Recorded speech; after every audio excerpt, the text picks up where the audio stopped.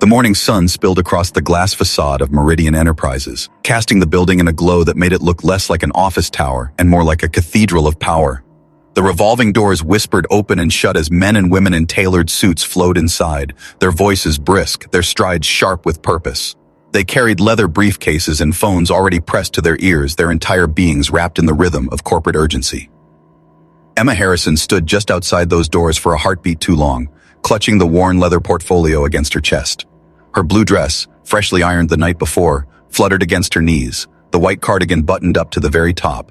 She was 7 years old, and the building loomed 50 stories above her like a giant she had been dared to climb. She whispered to herself, "You can do this, Emma," the way her mother had whispered encouragement before every spelling bee, every piano recital. Her honey blonde pigtails bobbed with her nod of determination. Then she stepped inside.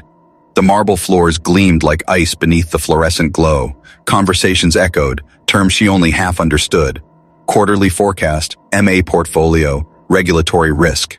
Emma adjusted the straps of her backpack, rose onto her tiptoes, and peered over the reception counter.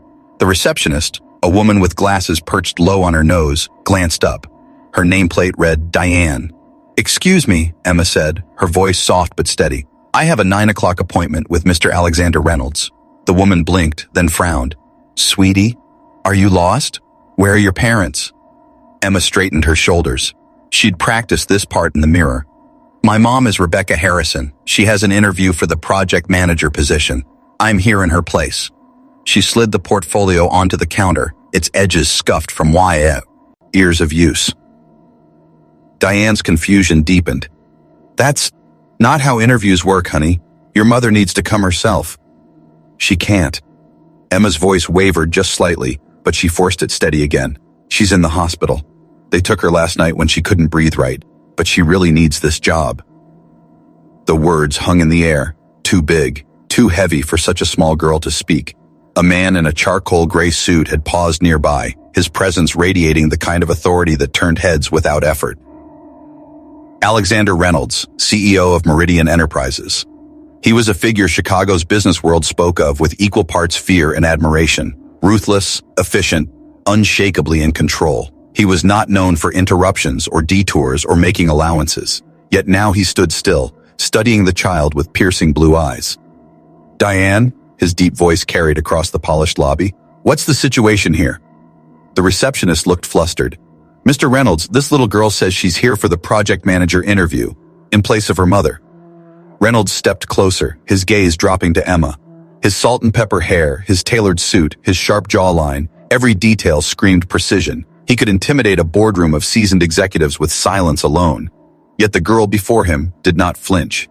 "What's your name, young lady?" "Emma Harrison, sir," she replied, looking him straight in the eye. "Mom taught me it's important to look at people when you talk to them." A flicker of something, amusement perhaps or admiration, crossed his otherwise immovable face. "And where exactly is your mother?"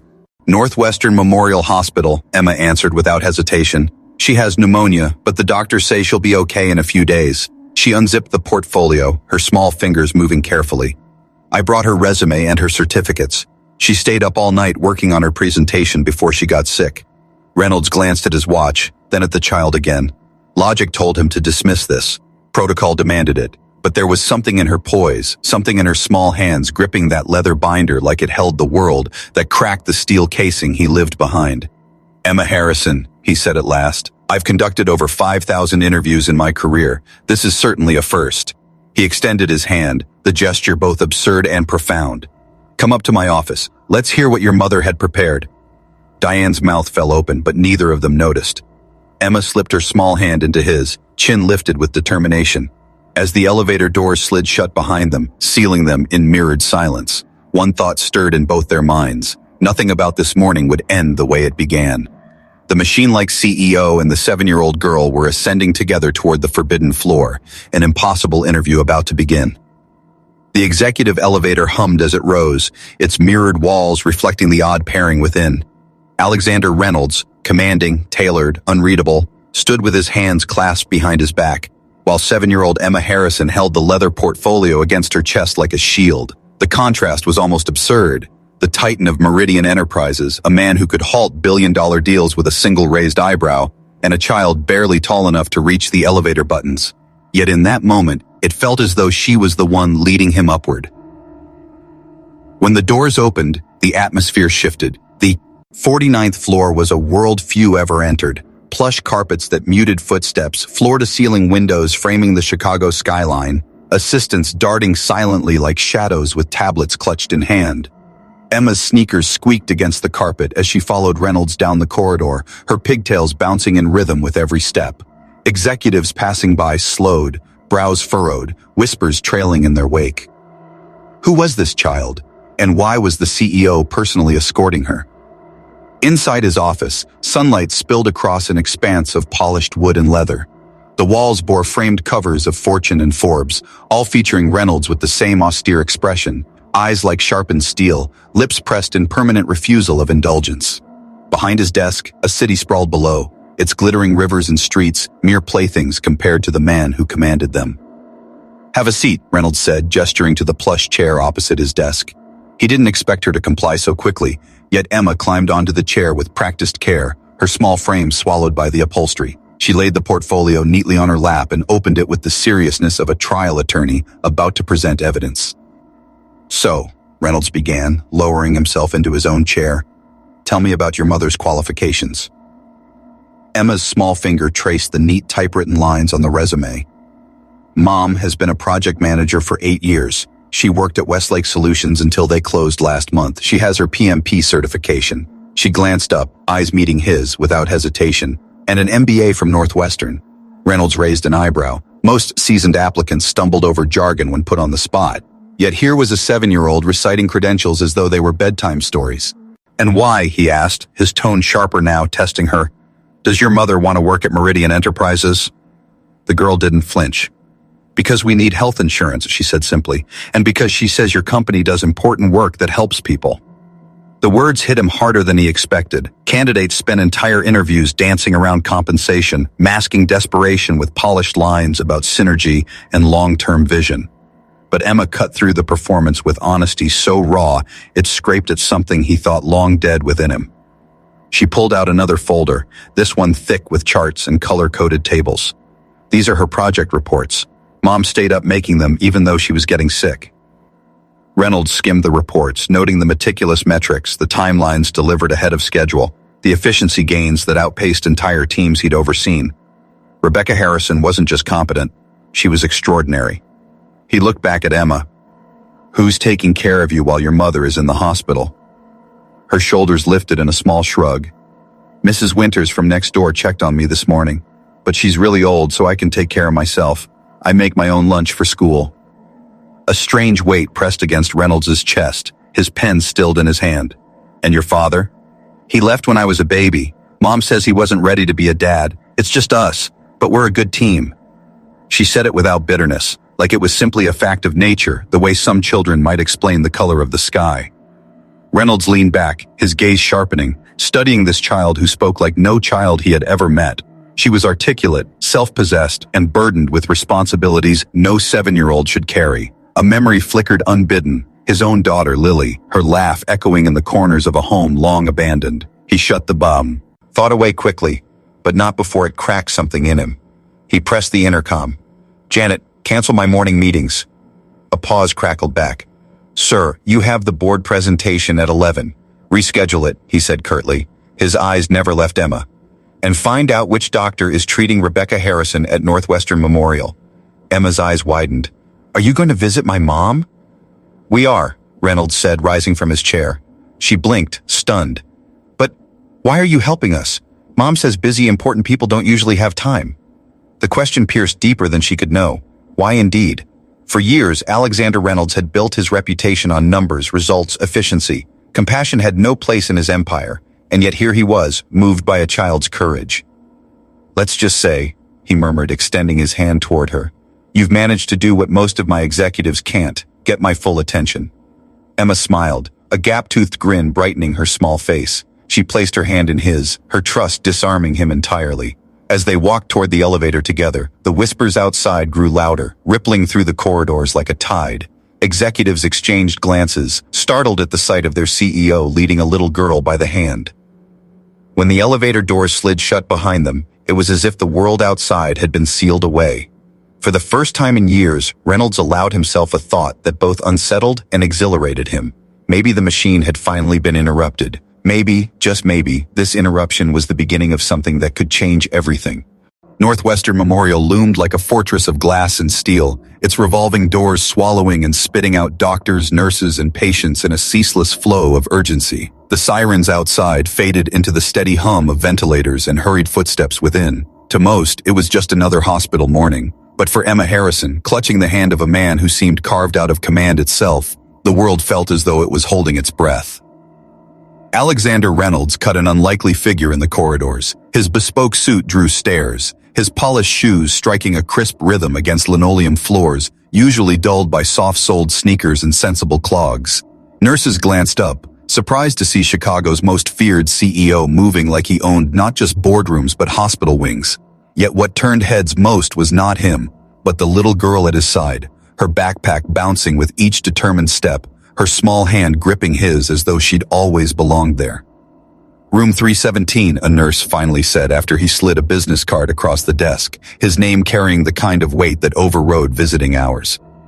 Emma didn't wait for Reynolds to lead. She tugged him forward, weaving with practiced ease through corridors he found too familiar for a child. How many times had she walked these halls alone? How often had she been forced to navigate a world meant for adults? The thought unsettled him in a way no hostile takeover ever had.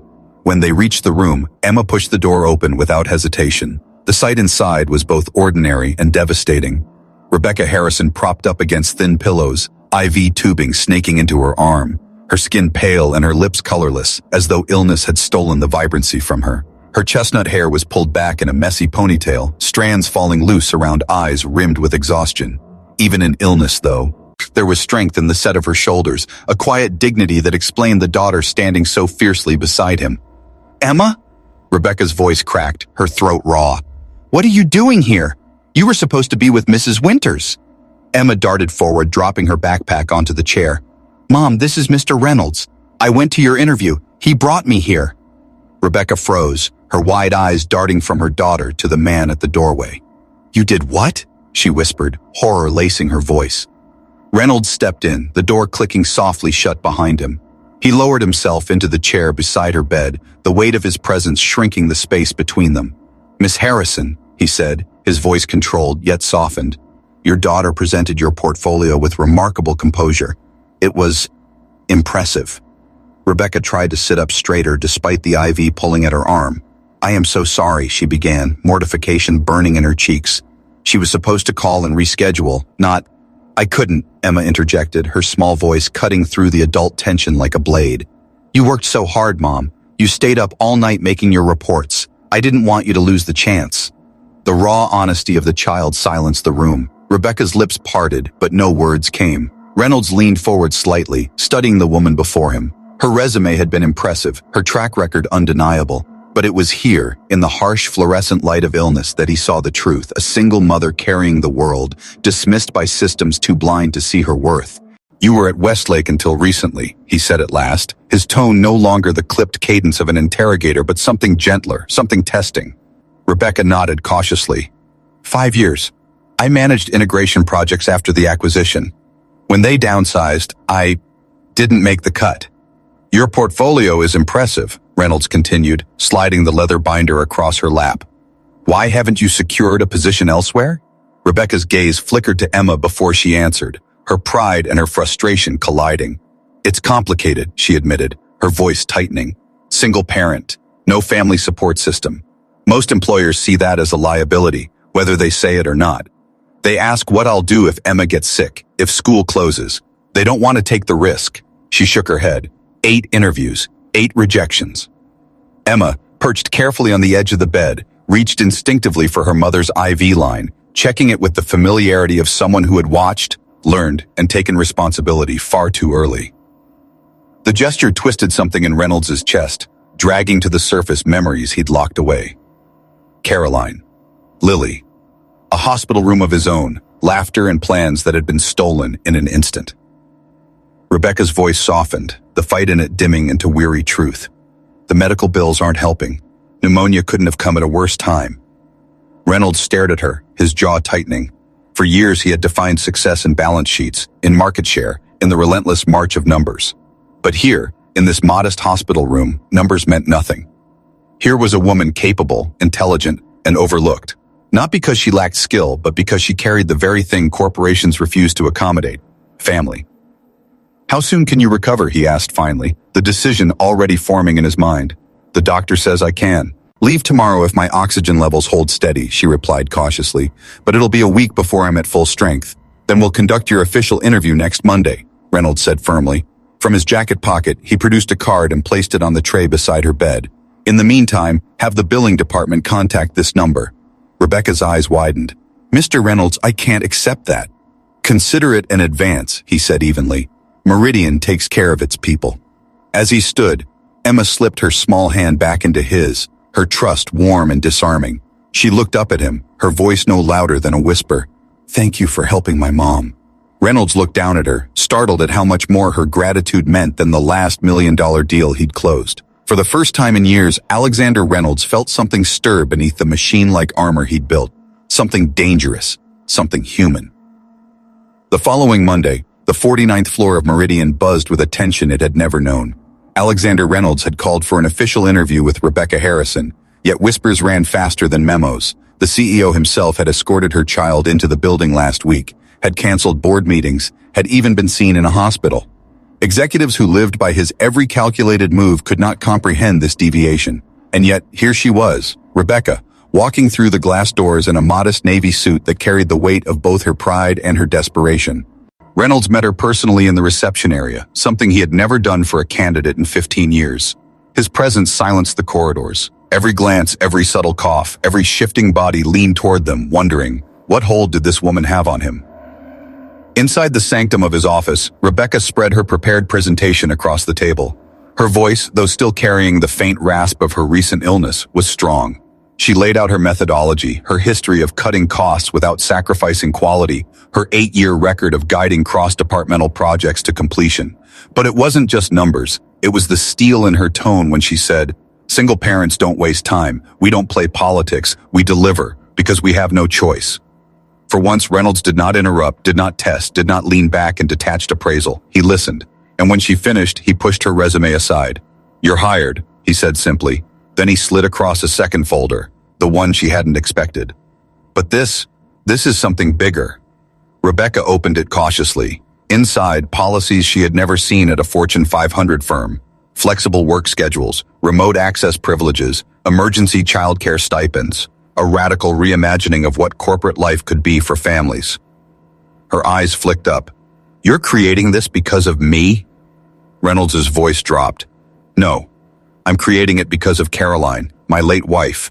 Every door slammed in her face after Lily was born. I was too blind, too consumed with building Meridian to see how the world crushed her brilliance. She died on her way to another rejection. That failure has lived with me every day. You reminded me it doesn't have to happen again." Rebecca's throat tightened. Before she could answer, a knock broke the fragile intimacy. Victoria Sloan, the HR director, entered. Perfect suit, perfect manicure, perfect calculation. "Alexander," she said coolly, "I've reviewed Ms. Harrison's file. While her credentials are acceptable, her personal circumstances pose significant liability. Single parent, no family support, recent hospitalization. The statistical probability of absenteeism is high. We have other qualified candidates." Reynolds' jaw hardened. "Have you reviewed her performance evaluations?" "Yes," Victoria admitted, the word clipped. "Consistently exceeds expectations, but that doesn't outweigh complications." His voice sharpened to a blade. "An intelligent, dedicated professional who manages both her career and raising a remarkable child strikes you as complicated?" Victoria faltered, but the seed of dissent had been planted. By week's end, Rebecca was not just an employee, she was the centerpiece of a quiet revolution. Reynolds named it the Family Forward Initiative and launched a pilot with 5 positions, Rebecca the first.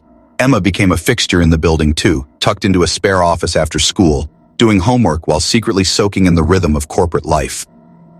And she wasn't quiet. On Wednesday, Reynolds walked past her desk, a borrowed corner office with crayons scattered between spreadsheets, and heard her speaking to the marketing team. "Kids at my school would like your ad better if the colors were brighter," she announced, pencil tapping like a gavel. To his astonishment, the director of marketing was taking notes. By Thursday, she was correcting his supply chain math from her multiplication tables. "Your margins could improve if you reorganize the routes," she said, chewing on the end of her pencil. Reynolds nearly laughed at the absurdity until he realized she was right. And always, there were whispers. The board noticed his canceled meetings, his time diverted to what some sneered at as a childcare project. Janet, his longtime assistant, finally confronted him. "She reminds you of someone. That's why you're doing this." He stiffened, mask slipping for a moment. "She's a child with potential. That's all." But it wasn't all. Emma's presence, Rebecca's resilience, they were stripping away the machine persona, brick by brick. The turning point came Friday. Reynolds entered the break room to find Emma perched on the counter, lecturing 3 analysts on how Batman didn't need superpowers, just preparation and conviction. They laughed, but they listened. When she spotted Reynolds, her face lit up. "Mom's lungs are better. She's coming home tomorrow," she said, as though reporting the most important merger of his career. Reynolds slid a chocolate milk across the counter, their new ritual, and asked lightly, "Will you still want to see me once she starts working here?" The room quieted. Emma's expression turned grave, far older than 7 years had any right to be. "Dad didn't want to see me anymore. Sometimes people stop wanting kids around." The words hit like a blow. Reynolds had survived hostile takeovers, market crashes, betrayals, but this pierced deeper. He opened his desk drawer later and pulled out a photograph he hadn't touched in 2 decades, Caroline and Lily, his lost world. Emma's voice echoed in his mind. Sometimes people just stop wanting kids around. The machine flinched, and for the first time in years, Alexander Reynolds admitted to himself he was changing. The mahogany doors of the Meridian Enterprises boardroom swung open at precisely 4:02. Lock and silence descended. The long table gleamed beneath recessed lighting, surrounded by men and women who controlled billions in capital and decades of reputation. At the head sat Alexander Reynolds, his expression unreadable, his fingers steepled in front of him like a judge about to preside over a trial. Across from him, Gerald Harrington, the elder statesman, former CEO and architect of Meridian's early empire, waited with the patient menace of a man who had orchestrated countless boardroom ambushes. Rebecca Harrison had never been in such a room. She sat 2 seats down from Reynolds, posture straight despite the storm of eyes fixed upon her. She felt the weight of every glance, curiosity from some, disdain from others, calculation from all. She wasn't supposed to be here. She was a mid-level project manager barely 2 weeks into her role. And yet her name, her circumstances, had ignited the fire now burning across Meridian's highest echelon. Harrington cleared his throat, his voice filling the air with the authority of age and legacy. "Colleagues, today's agenda is no longer about quarterly projections. This morning's Wall Street Journal article has forced our hand. Meridian is no longer being discussed for its innovation or financial performance. Instead, we are the subject of gossip, accusations that our CEO is running a personal crusade distracted by the unusual case of one employee and her child." His gaze landed squarely on Rebecca, and though his smile was polite, the dismissal beneath it was razor-sharp. Victoria Sloan, HR director, leaned forward. Her tone was smooth, practiced, but carried venom. "The article questions the Family Forward initiative and whether it was born of objective business reasoning or personal entanglement. We cannot ignore the perception problem. Investors are calling, clients are whispering. To safeguard our reputation, I propose a temporary suspension of the initiative pending review. And," she added, almost delicately, "the reassignment of Ms. Harrison to our Cleveland office, to avoid the appearance of favoritism." Rebecca's pulse thundered in her ears. Cleveland. They might as well have said exile. Emma's school, their fragile new stability, it would all collapse. She opened her mouth, but Reynolds raised a hand. His voice, when it came, was deceptively calm. "Reassignment would be constructive dismissal, and you know it." Victoria's lips curved in a smile that did not reach her eyes. "We would, of course, provide relocation assistance, generous assistance." Rebecca found her voice then, low but steady. "Tell me," she said, her eyes sweeping the table, "is my personal situation the problem? That I am a single parent? Or that my daughter cared enough to walk into this building when she believed her mother's work deserved a chance? Which part offends Meridian's image more?" The question landed like a stone in still water. A few board members shifted uncomfortably, but Harrington's expression never wavered. "The issue is not sentimentality, Ms. Harrison. It is stability. Meridian was built on discipline, tradition. These experiments risk destabilizing the very identity of our firm." The room tensed. Reynolds had not moved, had not spoken, but the cold in his eyes now made even seasoned directors uneasy. Finally, he reached for a folder before him and slid it across the table toward Harrington. You want to talk about destabilization? Let's discuss ethics instead. Janet, his assistant, stepped forward and distributed copies of an email chain to every board member. Metadata stamped. Dates verified. The sender, Victoria Sloan. The recipient, a senior business reporter at the Wall Street Journal. The leak. Gasps rippled around the table. Harrington's face flushed crimson. Victoria paled but lifted her chin. This is preposterous. My account was clearly compromised. Stop, Reynolds cut in, his voice like a blade striking granite. This email contained confidential details about my late wife and daughter. Facts that only a handful of people in this company had access to. Metadata proves its origin. You betrayed Meridian, and you betrayed every family who trusted us to protect them. You are terminated effective immediately. Security will escort you out. The room held its breath. Victoria sputtered protests, but the two guards who appeared at the door left no room for doubt. She was escorted out, her perfect composure finally fractured. When the door shut behind her, Reynolds turned his gaze to Harrington. And as for you, Gerald, you speak of tradition. But tradition built on exclusion and prejudice is not stability. It is rot. You call this initiative a distraction. I call it survival. You've seen the numbers. Productivity up, retention up, sick leave down. Family forward isn't charity. It's smart business. Harrington's fists tightened against the table. This isn't you, Alex. You were trained to be ruthless, efficient. You built this company on discipline, not pity. Reynolds stood, his full height commanding the room. I built this company because I lost mine. Caroline, Lily, I buried myself in work because I couldn't face what the world had taken from me. And now I see the truth. It wasn't just fate that killed them. It was systems like this one, companies like ours that saw mothers as liabilities. That's what destroyed her. That's what left me with ghosts. His voice cracked once, then steadied like steel reforged in fire. No more.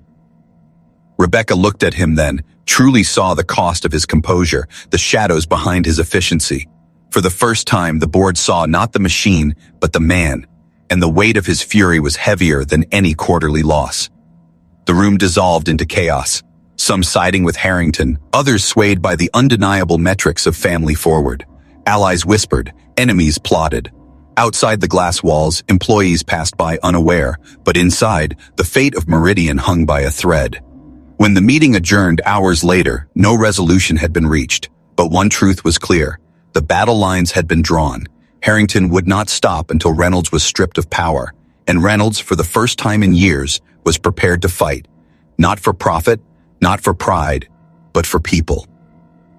That night, as he sat alone in his office, the city lights spread below him like constellations. He realized something chilling.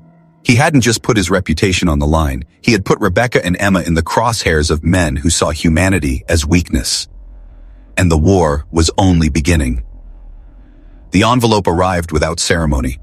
A courier in a navy jacket slipped it onto Janet's desk just after 10:30 that morning, his signature scrawled and gone before anyone could ask questions. By the time it reached Alexander Reynolds' office, its weight seemed disproportionate to its size, as if the cream-colored paper contained lead instead of documents.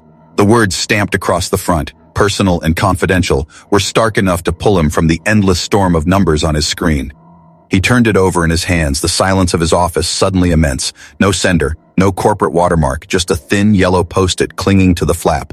You should know what you're really fighting against. A friend.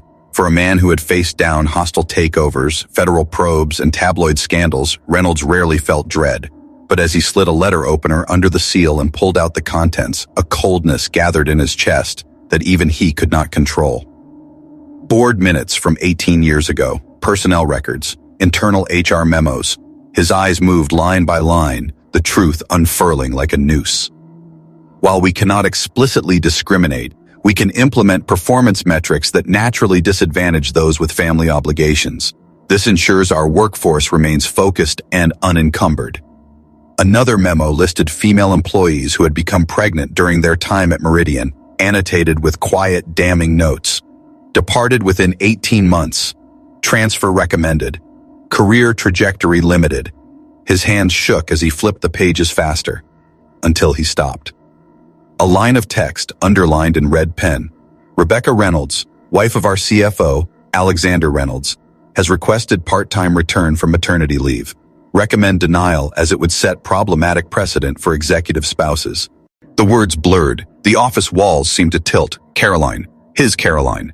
He had believed she chose to step away after Lily was born, that her frustration came from the market being indifferent to mothers.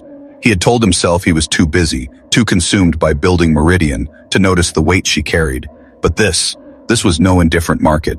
It was deliberate, calculated, endorsed by the very man who sat across from him in boardrooms to this day, Gerald Harrington. The final page slid into his lap like a blade, a clipped newspaper article of the accident that had stolen Caroline and Lily from him. Across the margin, in handwriting he recognized as Harrington's, were 4 words that hollowed him. Tragic outcome. Ensure AR remains focused. The air left his lungs.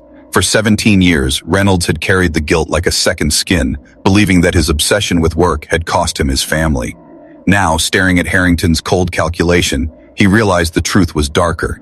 His mentor had engineered the very environment that had crushed Caroline's hope, dismissed her brilliance, and set her on that road the night she died. The machine inside him, the armor he had built, didn't crack. It shattered. When Rebecca Harrison entered his office an hour later, he was still staring at the documents spread across his desk, the city beyond the glass walls blurred and meaningless. She stopped short at the look on his face. "What happened?" she asked, her voice wary. He gestured to the papers, unable to speak at first. She moved closer, scanning the memos, her hand rising to cover her mouth. Anger burned through her exhaustion, sharper and cleaner than her recent illness had allowed. "This is systemic discrimination," she whispered. "It's a blueprint for pushing mothers out, and Harrington, he destroyed Caroline," Reynolds said at last, his voice low and raw. "I thought it was me, that I was too blind, too selfish, but he designed the walls she couldn't climb. He signed the door shut on her career." Rebecca's hand hovered over the memos, then fell against the desk with quiet force. "Then this isn't just about saving a program anymore. This is about exposing the truth." Reynolds' jaw tightened. "If I show the board, they'll call it ancient history. They'll minimize it, bury it, argue the world was different then. Harrington's allies will spin it until I'm painted as unstable, desperate to rewrite my own past." "Then don't just show the board," Rebecca said, fire in her voice. "Show the world, transparency, publish everything, the old policies, the failures, and what you've built to correct them. Make Meridian the first corporation to admit its sins and prove it can change. Turn their weapon into your proof." He studied her, seeing not just determination, but strategy, clarity, courage. He had built empires on cold logic, but this woman, this so-called liability, saw the battlefield more clearly than any of his advisors. "Do you realize what you're proposing?" he asked. "It's not a policy tweak, it's war. With Harrington. With every company that built itself the way we did." "Exactly," she said. "And if we win, it's not just Meridian that changes. It's the entire industry." For a moment, silence stretched between them, charged and electric. Outside, the skyline glittered with its endless towers of glass, each one built on sacrifices no one ever spoke about. Reynolds saw Caroline's face in the reflection, holding Lily, laughter shadowed by exhaustion. He saw Emma's small hand slipping trust into his own. He saw Rebecca's eyes, steady, unflinching, demanding justice. For the first time in 17 years, Alexander Reynolds felt something heavier than guilt, purpose. "We'll show them," he said finally, his voice like iron. "All of them." That night, as he prepared the files for the next day's emergency board session, a thought pressed into his chest with unbearable clarity. For nearly 2 decades, he had built Meridian as a monument to what he lost.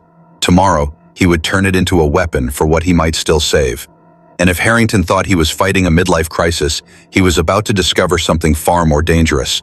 A man with nothing left to fear.